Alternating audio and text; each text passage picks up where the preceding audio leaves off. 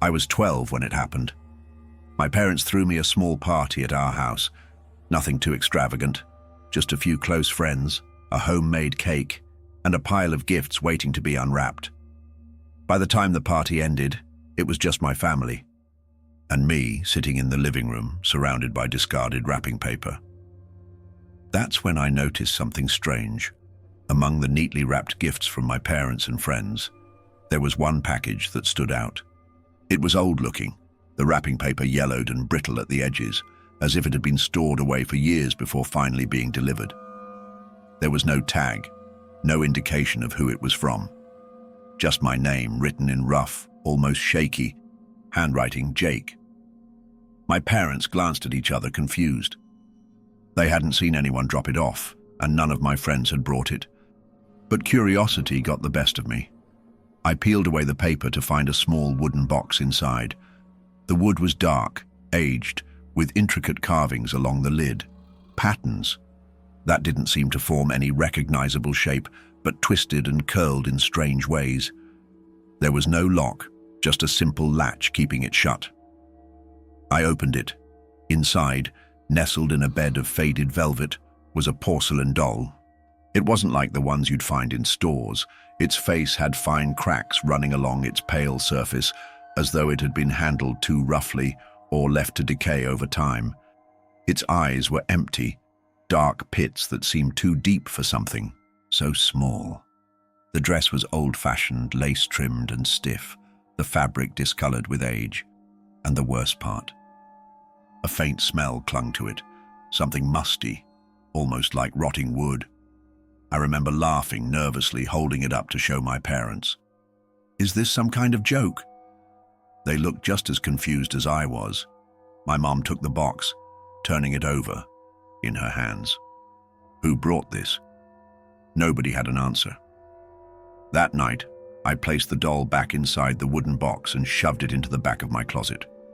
The whole thing unsettled me, but I was too tired to think about it anymore. As I turned off my bedroom light and pulled my blanket up, I heard it, a faint scratching. It was soft, barely audible, but persistent. I turned on my bedside lamp and stared at my closet door. The sound stopped. I waited, holding my breath. Minutes passed, and nothing happened. Eventually, I convinced myself I'd imagined it and went to sleep. At 3 a.m., something woke me up. It wasn't a sound this time, but a feeling, the kind you get when someone is watching you. My room was dark, except for the faint glow of the streetlight outside. My eyes darted around, searching for what had disturbed me. That's when I noticed my closet door. It was open. Not wide open, just enough for a sliver of darkness to seep through. My stomach dropped. I sat up slowly, heart pounding. The wooden box I had placed in the back of the closet was now on the floor. Open. The doll was missing. I didn't move. I scanned the room, barely breathing. The shadows seemed darker than usual, stretching unnaturally across the floor. I reached for my bedside lamp, my fingers fumbling over the switch. The second the light flicked on, I saw it. The doll was sitting on my desk. I hadn't put it there. I bolted from my bed, rushing to my parents' room. My dad groggily followed me back, muttering about bad dreams. But when we got to my room, the doll was back inside the box, just like before. He shook his head, said I was imagining things, and took the box outside. That night, he burned it. I watched from the window as flames consumed the old wood, the porcelain cracking in the heat. My mum reassured me it was gone for good. But later, as I lay in bed, drifting off to sleep, I heard it, a whisper, close to my ear. "You can't get rid of me, Jake."